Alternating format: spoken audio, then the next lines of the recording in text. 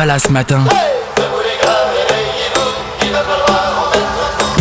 Coup de cœur, coup de pouce, coup de fraîcheur ou coup de boule, c'est le petit coup du matin.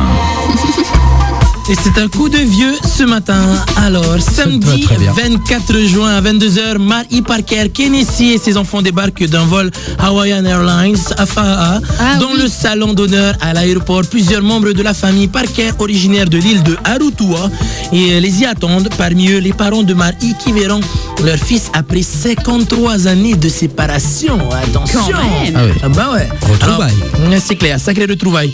Pour la petite histoire, Mari Parker est né à Arutua en 1964. Sa tante rend visite à ses parents sur l'atoll alors qu'il n'a que quelques mois. Le mari de sa tante originaire de Hawaï est médecin.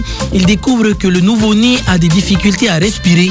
Il ausculte et se rend compte qu'il souffre d'une malformation cardiaque. L'enfant est alors confié au couple pour qu'il soit opéré à Hawaï, mais il ne reviendra hélas jamais. La tante aurait, selon les frères de Mari, coupé les ponts avec la famille en Polynésie. L'enfant est laissé alors à sa nouvelle vie avec sa famille d'adoption, mais son souvenir reste dans le cœur de ses 4 frères et de sa sœur. Pierre, l'un de ses frères, nourrit l'espoir de retrouver Mari.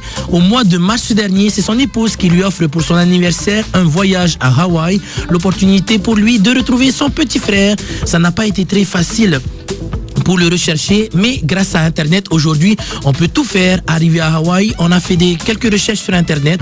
On a fait d'abord Parker Temari, rien. Puis je me suis rappelé du nom de mon oncle, Kennedy. On a écrit Temari Kennedy et nous avons réussi à avoir son adresse. On l'a entré dans le GPS de la voiture et on a roulé 30 à 40 minutes et on est arrivé devant la maison. C'est lui qui m'a ouvert, il m'a regardé, il m'a reconnu et il m'a dit « My brother ».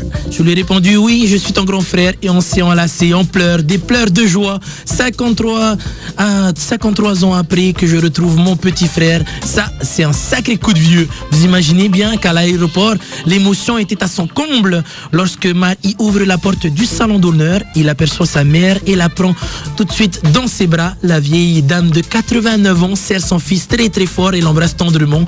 Son père, lui, ne comprend pas trop ce qui arrive. À 84 ans, il n'a plus toute sa tête et embrasse malgré tout Mari et commence à chantonner un chant d'accueil. Les frères de Mari viennent tour à tour l'embrasser et le serrer très fort dans leurs bras avec des sanglots. À chaque fois, Mari répète I'm home, I'm home. Je suis très heureux, je suis de retour à la maison avec ma famille. J'ai toujours eu envie de revenir. Finalement, le Seigneur m'a permis de le faire. Welcome home, my friend. Ah, j'adore les histoires comme ça qui finissent bien. Hein?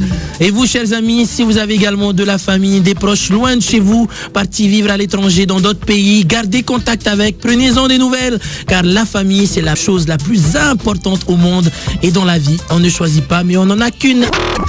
Rendez-vous demain 6h avec la Team 6-9.